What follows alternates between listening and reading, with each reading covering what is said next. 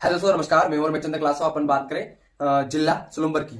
तो सलूम्बर जिले को अपन पढ़ेंगे पूरे डिटेल के साथ। तो आप मेरे साथ बने रहे अपने छोटे सा यूट्यूब चैनल पर। तो अपन बात करें अब कि सलूम्बर जिला यानी कि सलूम्बर जिला। सबसे पहले बात करें हम सलूम्बर जिला कब बना, यानी कि सलूम्बर जिला कब बना। तो सलूम्बर जिला कब बना था? तो 17 मार्च यानी कि 17 मार्च 2023 को बना था। कब बना था? 17 मार्च 2023 को। 17 मार्च 2023 को सलूम्बर जिला बना था। अब बात करते हैं अपन कि सलूम्बर जिला की संभाग में आता है, सलूम्बर जिला की संभाग में आता है। तो सलूम्बर जिला उदयपुर संभाग में स्थित है, उदयपुर संभाग में आता है ना, कि उदयपुर संभाग में आता है। अब बात करते हैं कि उदयपुर संभाग में कुल कितने जिले शामिल है ना।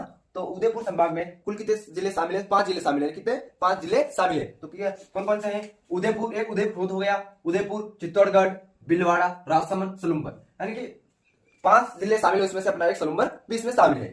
अब बात करते हैं कि उदयपुर जिले में कुल कितनी तहसीलें हैं, यानी कि पूर्व में पहले 19 तहसील थी। 19 में से सलूम्बर जिले को बनाया, तो उसमें से 4 तहसीलें सलूम्बर जिले ने ले ली। तो उसके बाद कितनी बची उदयपुर में? 14 तहसीलें बची। कितने वर्तमान में उदयपुर जिले में कितनी तहसीलें? 14 तहसील, है ना? 14 तहसीलें ये उदयपुर जिले में वर्तमान में 14 तहसील है। अब बात करते हैं कि सलूम्बर जिले में अब बात करते हैं कि सलूम्बर जिले में उपखंड कितने और तहसील कितने। सलूम्बर जिले में उपखंड कितने हैं और तहसील कितनी है? देखिए सबसे तो उपखंड है 4। कितने उपखंड है? 4 और तहसील है 5। तो उपखंड के नाम पढ़ेंगे सबसे पहले। तो उपखंड है सरड़ा। क्या है? सरड़ा ये रहा, नक्शे के आधार पे ये रहा सरड़ा। अब आता है सेमारी, तो सेमारी ये आया। और उसके बाद लसाड़िया ये रहा ऊपर से ऊपर। उसके बाद आता सलूम्बर, एक सलूम्बर कुछ सलूम्बर हो गया।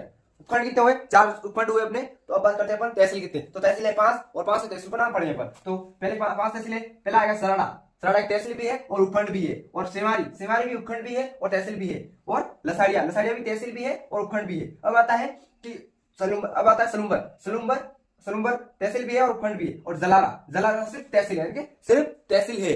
अब बात करते हैं, आपके दिमाग में आता हुआ कि उपखंड क्या होता है और तहसील क्या होती है। उपखंड में बैठता है जो कर्मचारी बैठता है, वहां पर उपखंड अधिकारी बैठता है। कौन बैठता है? उपखंड अधिकारी बैठता है। और जहां पर तहसील होती है, वहां पर तहसीलदार वगैरह या एसडीएम बैठता है, एसडीएम या तहसीलदार बैठता है। और उपखंड में सिर्फ उपखंड अधिकारी बैठता है। अब बात करते हैं अपन कि उदयपुर जिला यानी कि सलूम्बर जिला की जिले को तोड़कर बनाया गया है। तो सलूम्बर जिला उदयपुर को तोड़ के बनाया गया, पूरा उदयपुर को तोड़कर सलूम्बर जिला का निर्माण किया गया है। बात आई समझ में? अब बात करते हैं कि सलूम्बर जिले के पड़ोसी जिलों के नाम बताए। अब क्वेश्चन यहाँ से उठने की संभावना है कि पहले तो क्वेश्चन यहाँ होता है सलूम्बर जिले में उपखंड कितने हैं, तहसील कितने हैं, सलूम्बर जिला किस जिले से उठकर बना था, और सलूम्बर जिले में कुल कितनी तहसीलें वगैरह बोले। अब आता है कि सलूम्बर जिले के पड़ोसी जिलों के नाम बताएंगे। पड़ोसी जिले कितने हैं? तो पड़ोसी जिले अपने कितने हैं?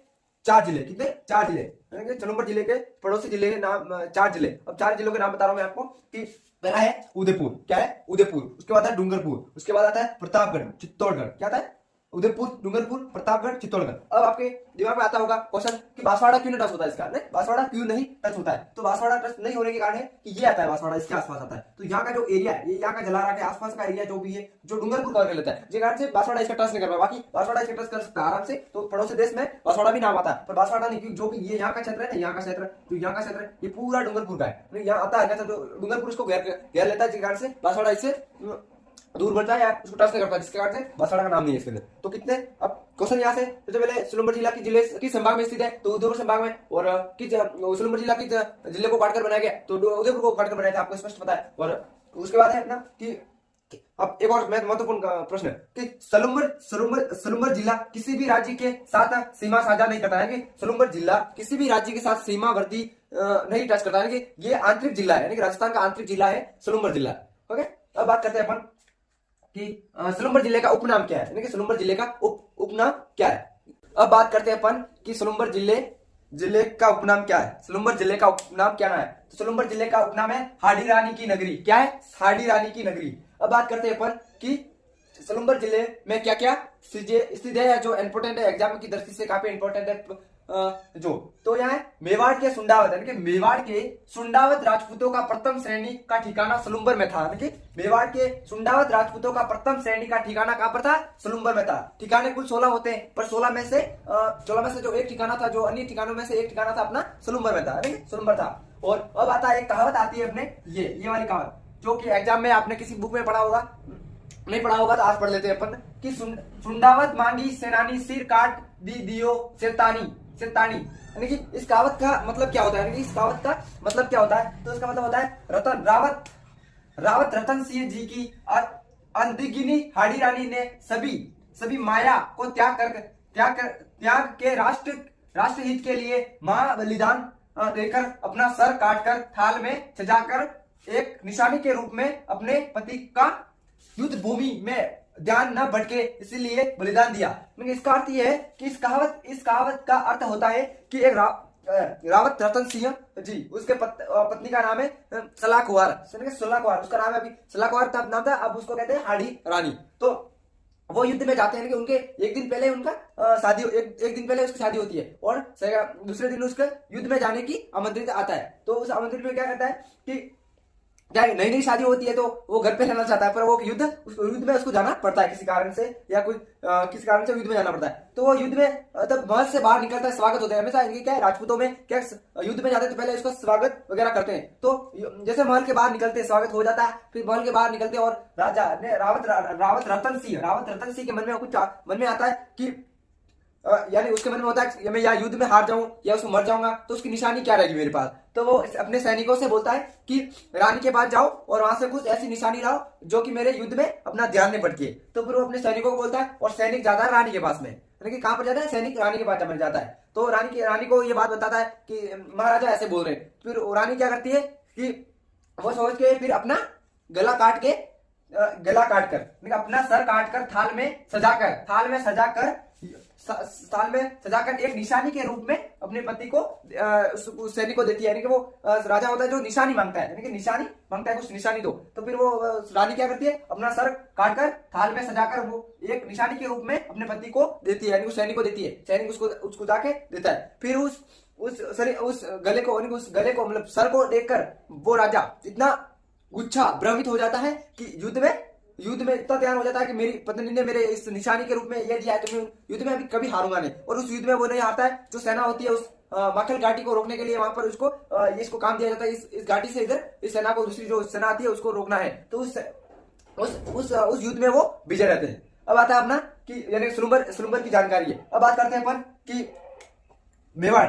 अब आता है अपना टॉपिक। अब सेकंड टॉपिक अपना कि मेवाड़ के महाराणाओं का राज तिलक सलुम्बर के सामंत द्वारा किया जाता था। यानी कि अब आता है कि सलुम्बर का महत्व क्या है इसमें। सलुम्बर का मतलब यह है कि हाड़ारानी यहाँ की थी, यहाँ का हाड़ारानी का पूरा डिटेल। अब आता है कि सलुम्बर की अपन जानकारी ले रहे हैं, सलुम्बर में क्या क्या चीजें आती है। तो सलुम्बर में आता है कि मेवाड़ के महाराणाओं का राज तिलक सलुम्बर के सामंत द्वारा किया जाता था। अब क्वेश्चन यहाँ उठता है कि मेवाड़ के महाराजों का राज तिलक किसके द्वारा किया जाता था पहले। तो सलुम्बर के सामंत द्वारा किया जाता। क्या सलुम्बर के सामंत द्वारा किया जाता था। अब आता है अपना सेकंड टॉपिक हाड़ीरानी महल। हाड़ीरानी महल कहां पर स्थित है। तो कहां पर स्थित है हाड़ीरानी महल, सेरिंग तालाब के किनारे, यानी कि सेरिंग तालाब के किनारे सलुम्बर में स्थित है। कहां पर स्थित है, सलुम्बर में स्थित है।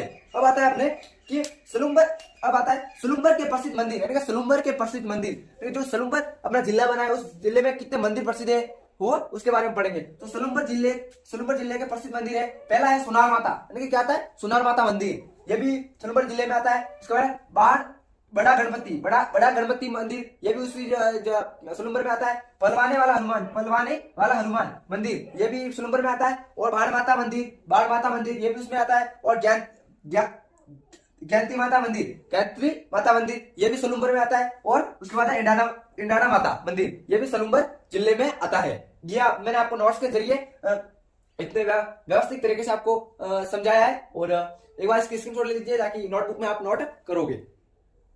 अब बात करते हैं अपन कि अभी आपको